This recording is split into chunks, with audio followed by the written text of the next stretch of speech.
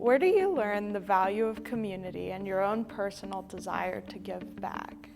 David Miller, an established banking professional in the Colorado Grand Valley, still knows the values he learned as a 4-H'er in New York in his youth. It is a lesson that he will never forget.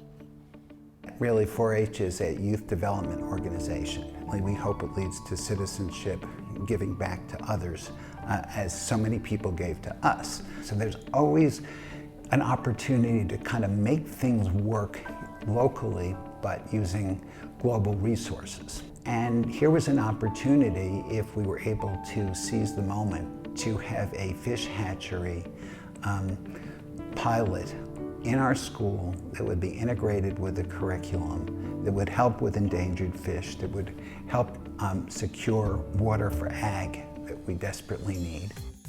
Our razorback suckers that we raise are an endangered fish in Colorado.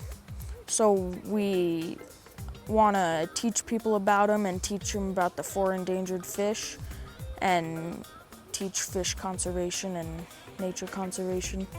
Our teachers do brag to students about how well our fish hatchery is done because we've won several awards and we've talked to lots of newspapers and people love to hear about us. I love being involved with the community and knowing that I'm helping bring back these endangered species, which is really cool because if they're the only 200 left, we know it's our fish that we brought in, and it's just cool to know that and just to be a part of something bigger than myself and bigger than the school and everything. So. I think the community looks at that and it's really quite a project. I think a fish hatchery on a campus is really cool, and if it was rainbow trout and you threw them in the river so we could fish them would be really neat. But the fact that it's an endangered species and to think globally but then act locally is incredible for kids to know how much they're affecting the farms, because we can release the fish, they can divert more water and it's helping the farms, I think is much greater than just a cool fish hatchery. Part of it, my role was to help all the stakeholders understand what was necessary and how to do it, in terms of writing the plan, in terms of accessing the funders, in terms of working with the Colorado River District county representative to look at where the funding could come from. And it took about 5 years to get all the pieces together. And I remember Anne, my wife, rolling her eyes saying, "What are you doing? This is never going to happen. Are you crazy?" All the pieces were so disparate. And, but there's that 4-H grit, that stubbornness. And I said, oh, this is such a good project. And look at what we can do to develop this capacity of the students, meet all these really important needs. Going down to the Colorado River, we've got a fantastic opportunity here geographically to test the quality of the water and doing that. But you think about the math involved in the growth of the fish. You think about in language arts class, writing about their experience with the fish hatchery. It's really in all contents can be used and applicable, and it's physical. They see it. It's across the whole school.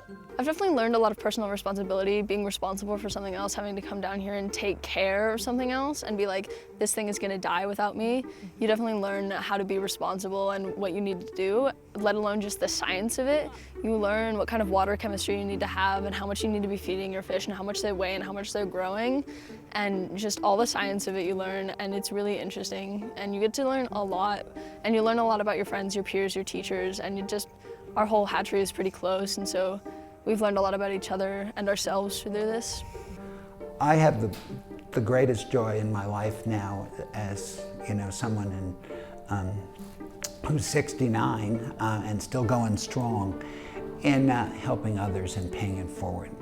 The joy I have in being able to go to that fish hatchery and see those kids, protecting our endangered fish and having new careers. Making a difference is so heartwarming and so gratifying.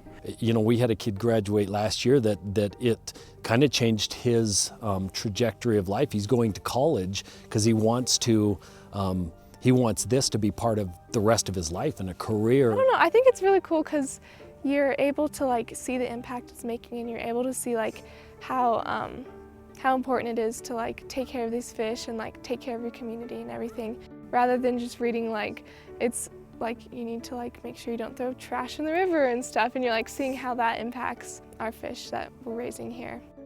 We're talking about people in the community helping out with local school programs, and it's such an incredible help for students. Like, whenever somebody comes in from our community and is very invested in my education, I'm like, this is somebody who I can trust, this is somebody who I know cares a lot, and it means the world, I know, to our fish hatchery to have people from the community be like, you're doing great, I want to help you, in what way can I help you? It means a lot to us and to our education. We just feel so valued and so prioritized, and it really just gives us this sense of worth that really helps us like put determination and effort into what we're doing.